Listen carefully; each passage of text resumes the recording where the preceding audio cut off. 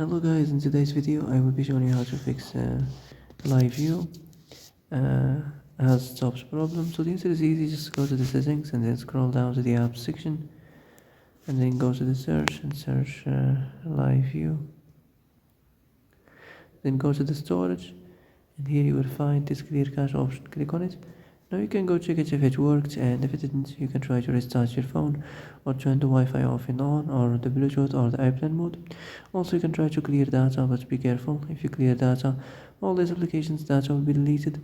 This includes all files, the settings, the accounts, the databases, etc. So be careful if you want to clear your data.